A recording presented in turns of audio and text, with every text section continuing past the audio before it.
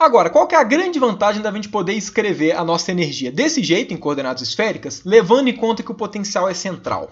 A ideia é o seguinte, se o potencial é central, a gente tem mais ou menos a cara da força. Dado que a gente tem a cara da força, né, que está, enfim, no qual o nosso sistema físico está sujeito, a gente pode pensar como é a dinâmica desse sistema, como ele evolui no tempo.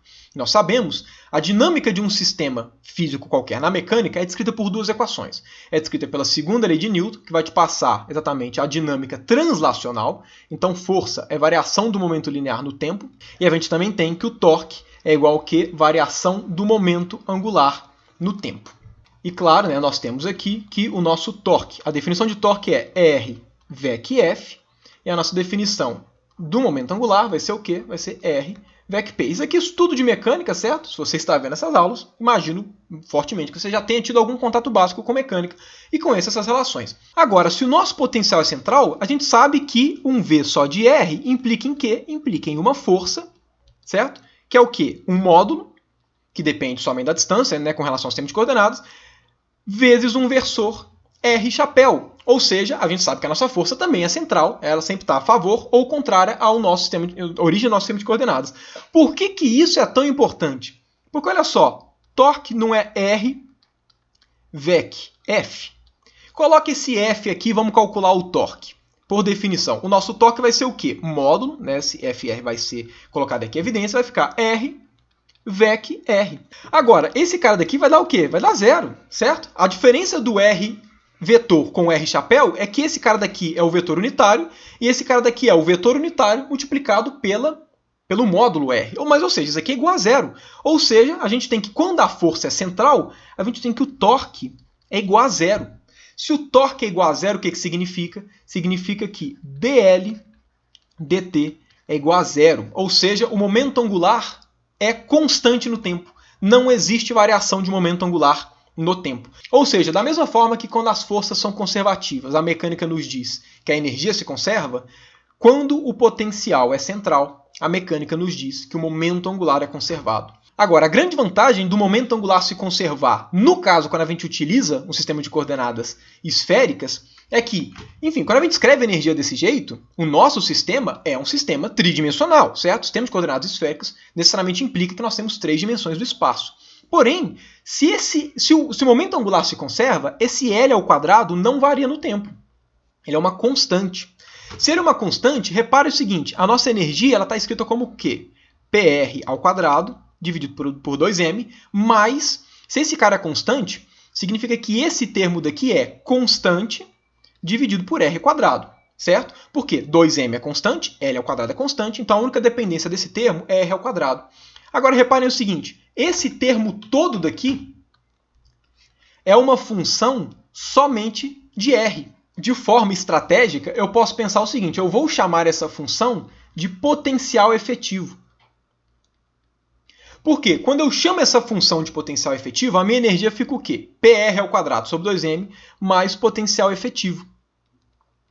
Reparem que esta energia daqui, quando eu escrevo energia desse jeito, reparem que eu tenho P ao quadrado sobre 2m na direção radial, mais potencial efetivo na direção radial. E essa daqui é exatamente a energia de um sistema unidimensional no qual um corpo de massa m e momento p está se movimentando na direção r, sujeito a um potencial que a gente vai dar o nome aqui de V efetivo. Então essa é disparada a melhor vantagem de quando a gente trabalha com potenciais centrais. É poder reduzir, né, o problema inerentemente tridimensional para um problema efetivo, para um problema equivalente unidimensional. Isso aqui vai ajudar enormemente, porque, claro, é sempre mais fácil trabalhar com sistemas com dimensão menor. Se você tem a possibilidade de trabalhar com sistemas de uma dimensão, o tratamento é muito mais fácil que trabalhar com dimensão maior do que 1. Essa redução da dimensão do problema, né, de tridimensional para unidimensional, não é porque a física é boazinha, né? Lembrando, isso só acontece porque o L, nesse contexto, né, em que a força, que o potencial é central, o L se conserva. Se o L não se conservasse, esse L daqui não seria constante, ele seria poderia ser uma função de R, θ e φ. E por consequência, a gente não conseguiria tratar tudo em uma dimensão só, não conseguiria reduzir o problema a uma dimensão. Então o fato da gente conseguir reduzir de 3 para uma dimensão é exatamente pelo fato do L ser constante. Então o que a física está falando para a gente? Olha, como o L é constante, trate, resolva o seu problema somente na dependência radial, porque o tratamento para o momento angular deverá ser feito em separado. Porque lembrando, quando a gente faz essa redução de 3 dimensões para uma dimensão, a gente não tem mais nenhuma informação do momento angular. A princípio, quando a gente faz isso, a gente só consegue resolver esse problema, ou seja, de um problema de um corpo, em uma dimensão com massa m, momento p, sujeito a um potencial efetivo, se a gente souber o potencial efetivo. Então, para a gente saber o potencial efetivo, a gente tem que saber exatamente o comportamento do momento angular. E por que isso é muito bom na mecânica quântica? Exatamente pelo fato de que nós já descrevemos o momento angular exaustivamente na última aula. Então é por isso que a gente consegue reduzir a dimensão. Não é porque a física é boazinha e porque a natureza está dando de brinde aqui uma resolução para a gente. Mas é exatamente porque a gente fragmenta o problema. As 2 dimensões que a gente reduziu do problema já são subentendidas que a gente tem que ter resolvido, exatamente por levar em conta que a gente tem que conhecer o momento angular. Então, esse é um dos pontos que eu gostaria de enfatizar nessa revisão de potencial central na mecânica clássica, para ficar mais fácil de entender o sistema quântico, dado um potencial central. A segunda coisa que eu gostaria de revisar aqui, também que vai ser extremamente importante, é que é o seguinte. Nesse caso daqui, como é que foi o guia, qual que foi o nosso guia para trabalhar com potenciais centrais? A gente comentou que a gente tem aqui um sistema de coordenadas, a gente está usando sistema de coordenadas esféricas, a gente tem aquele trem lá que a gente está descrevendo, que eu representei, por esse trem daqui, e que nós temos, ele é sempre indexado por uma certa coordenada R, que a gente passa a escrever em coordenadas esféricas, enfim, a gente escreve tudo em coordenadas esféricas porque é a coordenada adequada, porém a gente viu que esse sistema de coordenada ele é muito positivo quando a gente leva em conta que esse cara está submetido a um potencial central em relação a esse ponto daqui, que é o centro, o eixo do nosso sistema de coordenadas. Nesse caso daqui, a gente tem somente o movimento de um sistema em torno de um ponto específico.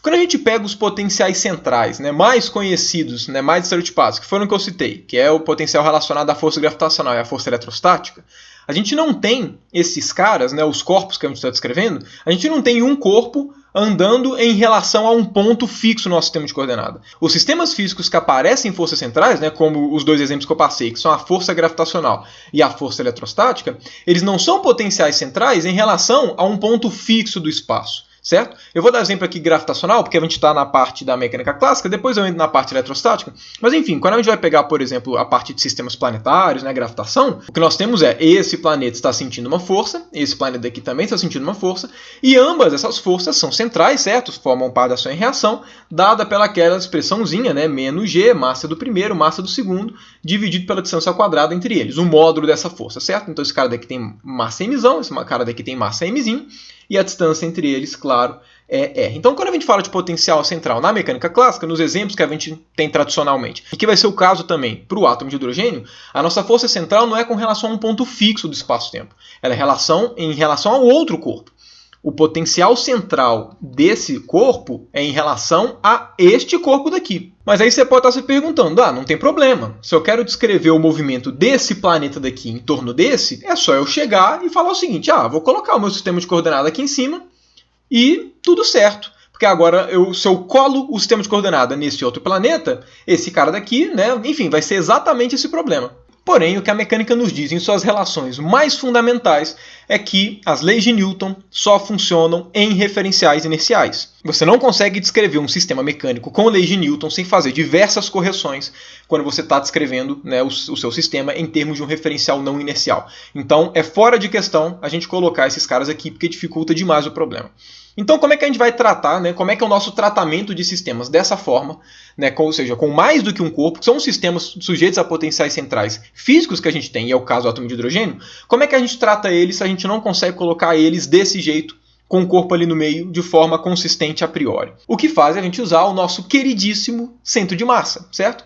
Só recapitulando a ideia, pegando exatamente esses 2 carinhas aqui, esses 2 exemplos de planetas, supostamente, sujeitos a uma força central, o que a mecânica nos diz é que existe um ponto desse cara, desse sistema como um todo, vai estar nesse caso aqui na linha que separa os 2 corpos, que é um ponto que a gente chama de centro de massa, que é o ponto, né, enfim, que você calcula fazendo a média ponderada, né, com relação às posições das massas no espaço. Eu não vou fazer essa conta é uma conta básica de mecânica, né, suponho que você aqui já saiba, já tenha exatamente esse conhecimento. Como nós sabemos da mecânica, como é possível encontrar um referencial inercial, que o centro de massa está em repouso, a gente vai descrever o nosso problema exatamente por esse sistema de referência. Ou seja, eu vou colocar aqui o nosso referencial nesse caso vai ser exatamente centrado no centro de massa, e a gente vai descrever os corpos, né? A gente vai descrever o nosso sistema planeta 1 e planeta 2 exatamente em termos desse sistema de referência.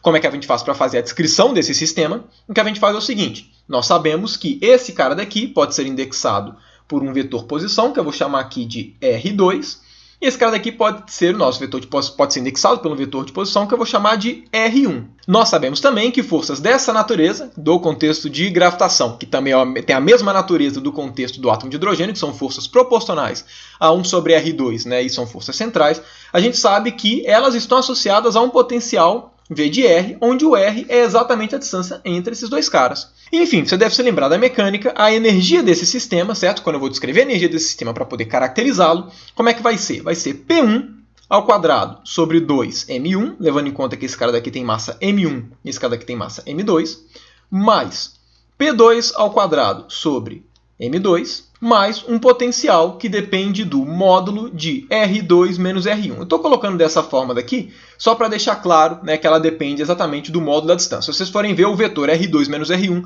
é exatamente um vetor que liga os dois. Então isso aqui é exatamente, né, análogo a escrever um V de R. Estou escrevendo assim só para deixar a nossa energia escrita em termos de 1 e 2. Eu acho que eu não preciso destacar aqui que, como nos sistemas físicos que existem potenciais centrais sempre aparecem dois corpos, o problema é sempre mais difícil do que a gente estava considerando, né, nesse caso daqui, com um corpo só. Por quê? Quando a gente tinha um corpo único, né, descrevendo exatamente um movimento dado um potencial central, a gente conseguia escrever a energia desse cara só em termos de um corpo. A gente tinha descrição somente de um corpo bem simples. Nos sistemas físicos reais, como a força central, né, como os potenciais centrais são sempre em relação a outro corpo, né, ou seja, sempre existem pelo menos dois corpos na jogada, a nossa energia, né, vai ser sempre maior, vai ser sempre pior, porque aqui eu sempre tenho a descrição dos dois, certo? Ou seja, eu sempre tenho que descrever os dois corpos, porque, claro, o potencial que esse cara daqui está sujeito depende da posição que esse corpo vai estar, certo? Porque, lembrando, o potencial depende da distância. Então, a posição dos dois corpos é relevante. Então, o problema fica mais difícil nos sistemas reais. Aí vem a pergunta, poxa, será que mesmo sendo mais complicado, porque tem dois sistemas, será que eu não consigo reduzir esse problema de alguma forma a um problema desse daqui? Né? Ou seja, eu trocar a descrição de dois corpos para a descrição de um corpo só? E a resposta é sim, dependendo dos seus propósitos. E, felizmente, para os nossos propósitos na resolução do átomo de hidrogênio, a gente consegue fazer isso. Para quais propósitos que a gente consegue realmente reduzir essa descrição de dois corpos, né, dado o potencial central, para a descrição equivalente de um corpo só? A gente sempre consegue fazer isso. Eu vou dar um exemplozinho aqui básico, primeiro com o sistema planetário, que eu acho que é mais fácil de entender, e aí eu vou dar o caso, vou explicar por que o átomo de hidrogênio se enquadra nesse problema. Imagina que nós temos dois planetas, o planeta 1 e o planeta 2. Quando a gente vai descrevê-los utilizando mecânica, né, a gente, enfim, faz a descrição igual a gente fez aqui, né, de forma mais estratégica. Coloca o sistema de coordenadas no centro de massa, escreve a energia e resolve o problema, né, desses caras aqui. Enfim, resolve as leis de Newton. Quando a gente resolve esse problema, qual que é a solução que a gente obtém? O que a gente obtém é qual que é o movimento tanto do 1 quanto do 2 em relação ao centro de massa. Então, você deve se lembrar, né, no caso aqui de sistemas gravitacionais, a gente tem que os planetas eles desenvolvem órbitas, e a solução que a gente chega é que o 2 orbita o centro de massa, e 1 orbita o centro de massa. A gente chega basicamente nessa conclusão. As soluções que a gente obtém são em relação ao centro de massa. Porém, principalmente no caso de sistemas planetários, diversas vezes a gente não está interessado em saber o movimento dos corpos em relação ao centro de massa. A gente quer saber o movimento de um corpo em relação ao outro. Por exemplo, no caso para esse morador desse planeta, não faz muita diferença qual o movimento que esse planeta 2 está fazendo em torno do centro de massa ou que o planeta dele está fazendo. O que ele quer descrever é o quê? Qual que é o movimento que o planeta 2 descreve em relação a ele. É isso que interessa. Certo? Ele não quer saber o movimento em relação ao centro de massa, ele quer saber o movimento das coisas em relação a ele. Como é o caso, por exemplo, né, quando a gente está pegando a órbita, né, dos sistemas Terra-Sol ou Terra-Lua. A gente quer saber o movimento da Lua em relação à Terra. A gente quer saber o movimento da Terra em relação ao Sol. A gente não quer saber o movimento desses caras em relação ao seu centro de massa. Nesse tipo de situação, né, quando o nosso objetivo é não descrever o movimento como um todo, mas sim o movimento de um em relação ao outro, aí sim, né, essa é a classe de movimentos que a gente consegue reduzir dessa descrição para uma equivalente de um corpo só. Por que o átomo de hidrogênio entra nesse caso? Porque o átomo de hidrogênio é basicamente um núcleo positivo com um elétron. O que a gente vai querer descrever é exatamente o movimento do elétron em torno do próton. A gente não está querendo saber o movimento dos dois em relação a algum centro comum, algum centro ali específico de um referencial inercial. Quando a gente pensa num átomo, o que a gente quer saber é qual que é a solução da distribuição eletrônica, da nuvem eletrônica dele em relação ao núcleo. Além disso, deve se recordar, a massa do próton é em torno de 1836 vezes maior do que a massa do elétron. Então, inclusive, o movimento do próprio próton em relação a esse tal centro de massa seria praticamente desprezível. Para a gente, no átomo de hidrogênio, o que interessa é o movimento do elétron em relação ao núcleo. Então, como a gente quer saber o movimento relativo, a gente consegue fazer essa descrição simplificada. Para mostrar aqui como é que é essa descrição simplificada, certo? De passar de uma descrição de dois corpos para uma só, quando a gente quer saber só o movimento relativo, eu vou usar aqui, né, como modelinho exatamente o sistema planetário, mas serve para qualquer sistema físico. Eu vou usar ele aqui só porque eu acho ele mais intuitivo para poder mostrar isso, ok? Então vamos lá, qual que é a ideia principal? Nós temos aqui os nossos dois corpos, certo? Só forças internas no jogo. Então o nosso centro de massa ele vai ser colocado no centro do nosso sistema de coordenadas inercial, a gente descreve tudo em relação a ele e a gente chega exatamente nessa expressãozinha de energia, certo? Nessa expressão daqui. Então, para descrever a física desse sistema, o que a gente faz é, vamos colocar o nosso sistema de referência aqui, por conta disso a gente tem o nosso vetor R2 e aqui nós temos o nosso vetor R1, por exemplo, certo? Esse aqui vai ser exatamente o corpo com massa M1, esse aqui o corpo com massa M2. Dado essas características, nós temos que a energia desse cara, dado que ele está sujeito a um potencial central, né, vai ser o quê? Vai ser energia é igual a P1 ao quadrado sobre 2M1 mais P2 ao quadrado sobre 2M2 mais um potencial que depende do módulo da separação entre eles, que é esse vetor R2 menos R1. Ok? Só recordando, o vetor R2 menos R1 é um vetor que sai do corpo 1 e vai para o corpo 2. Esse daqui é o nosso R2 menos R1. Pois bem, suponha que o nosso interesse seja não descrever o movimento de R1 e R2, né, completo no espaço, e sim descrever o movimento do corpo 2 em relação a 1. Então o que eu quero saber é como é o movimento desse cara em relação ao corpo com massa M1. Então o que a gente vai fazer é adequar esse cara daqui, adequar a energia do nosso sistema, né, colocando aqui em termos dos parâmetros que são mais convenientes, que são os parâmetros relativos.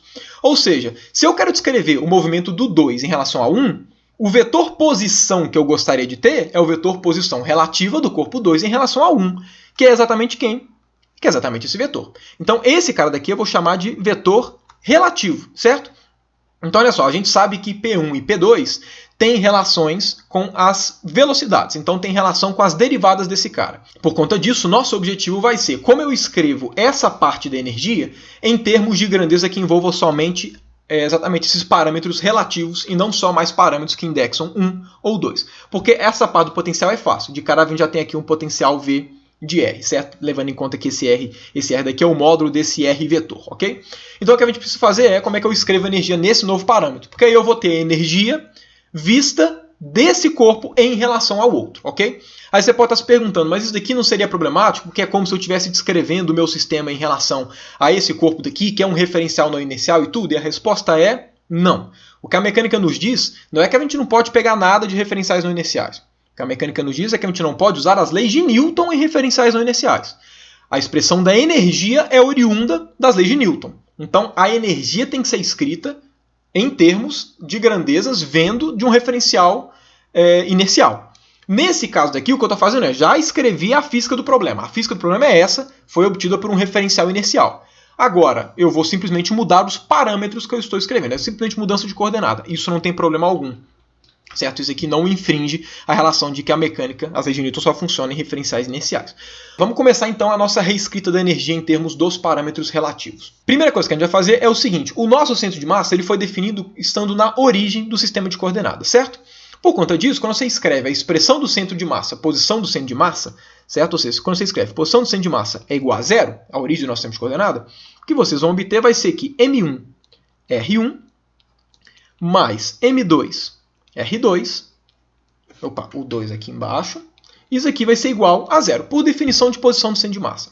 Isso daqui nos retorna duas informações muito úteis. A primeira delas é, deriva ambos os lados, certo? Ou seja, pega essa expressão e deriva com relação ao tempo ambos os lados. Quando a gente faz isso, o que a gente vai obter é R1 ponto, R2 ponto, que é velocidade. Esse cara daqui é por definição P1, esse cara daqui é por definição P2. Então a primeira informação que a gente obtém é que P1 é igual a menos P2, certo? Isso aqui é exatamente o que a gente já esperaria mesmo de um sistema em que o centro de massa está na origem. A soma de todos os momentos tem que ser igual a 0, certo? Os momentos vetores.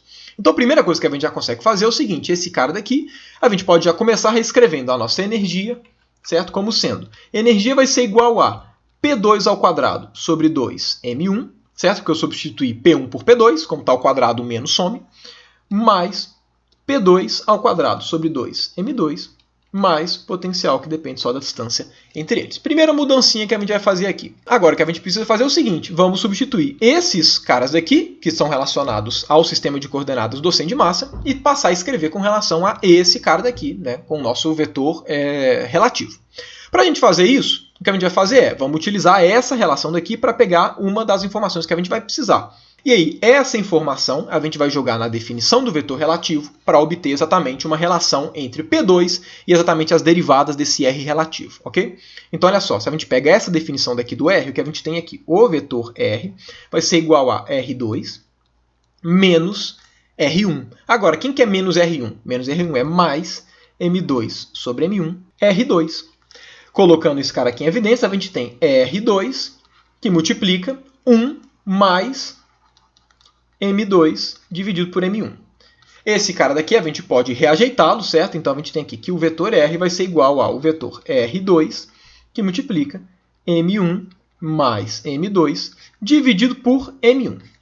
Pois bem, o que a gente está querendo pegar é uma relação entre P2 e essas novas coordenadas relativas. Para aparecer P2, a gente faz duas coisas. Deriva ambos os lados, porque momento tem a ver com velocidade. Então, vamos derivar ambos os lados com relação ao tempo. Então, aqui fica ponto, aqui fica ponto. Isso aqui é constante, não muda em nada. Agora, para aparecer o P2, eu gostaria que aqui aparecesse massa vezes velocidade. Então, o que eu faço? Eu vou multiplicar aqui por M2, porque eu gostaria que aparecesse, e vou dividir por M2. Aí eu não mudo o resultado, certo? Aí aqui quem que apareceu é exatamente o P2, ok? Para poder ficar mais agradável visualmente, em vez de escrever essa constante toda, eu vou dar um nome novo para ela. Eu vou dar o nome dela de 1 sobre μ, por motivos que eu vou deixar claro mais para frente. Ou seja, nossa velocidade relativa vai ser igual ao quê? Vai ser igual a P2 dividido por μ. Por consequência, vamos ter que o nosso P2 vai ser igual a μ R ponto, ok? Então essa é a nossa relação. Então já temos aqui exatamente como é que é o nosso escrito do P2 em relação à coordenada relativa, de forma que agora a gente pode escrever a nossa energia em termos das coordenadas relativas. Energia vai ser igual a, perceba que ambos os termos iniciais têm P ao quadrado sobre 2 em evidência. Então vamos colocar o P ao quadrado sobre 2 em evidência. Aqui vai ficar 1 sobre M1 mais 1 sobre M2. E aqui, claro, mais V de R. O que a gente pode fazer? A gente pode tirar aqui o MMC. Então aqui vai ficar M1 mais M2 dividido por M1, M2. Aí olha só quem que apareceu. Exatamente o que a gente chamou de 1 sobre μ. Certo? Então, ou seja, a gente já consegue aqui deixar no jeito a nossa expressão. Energia vai ser igual a, temos aqui o meio, temos aqui o P ao quadrado, que vai aparecer um μ ao quadrado, R ponto ao quadrado. Então, μ quadrado, R ponto quadrado. E esse cara daqui, ele vai ser o quanto? 1 sobre μ. Certo? Como, enfim, por definição da nossa constante. Então, mais V de R. Agora, olha só que interessante. Aqui nós temos velocidade ao quadrado vezes essa constante μ quadrado, que se vocês repararem, né, principalmente para a definição do μ, certo? O nosso μ, ele está como? Está como M1, M2, dividido por M1 mais M2. Ou seja, o μ tem unidade de massa. Inclusive, olha o que nós chamamos de massa reduzida. Por conta disso, eu posso pensar o seguinte, olha, isso aqui é uma massa vezes uma velocidade ao quadrado. Por conta disso, eu posso definir esse cara daqui como um P quadrado, porque é exatamente coisa que tem unidade de massa com velocidade ao quadrado. De forma que a nossa energia pode ser escrita como P ao quadrado sobre 2μ mais V de R. Ou seja, a nossa energia, quando a gente está querendo descrever o movimento de um corpo em relação ao outro, ao invés de descrever o movimento dos dois, a nossa energia dos dois corpos é equivalente à energia de um único corpo sujeito a um potencial central, sendo que esse corpo tem momento P e massa μ. Ou seja, fizemos exatamente o que a gente queria, que era reduzir esse cara daqui, exatamente, né, que no caso é um sistema, a energia de um sistema de duas partículas, para o sistema de uma só. E a gente conseguiu fazer isso exatamente querendo descobrir o movimento relativo de uma em relação à outra. No caso desse nosso exemplozinho dos planetas, esse resultado significa o seguinte: temos os planetas M1 e M2. Sabemos que cada um deles faz o seu movimento no espaço, enfim, que a gente conseguiria descrever em relação ao centro de massa se a gente partisse do nosso problema completo aqui inicial. O que a física está nos dizendo é o seguinte: apesar do corpo M1 se movimentar e do corpo M2 também se movimentar, se você quer saber somente o movimento do corpo M2 com relação ao corpo M1, somente o movimento relativo, você pode utilizar a mecânica normalmente, como se o seu corpo M1 estivesse parado no espaço.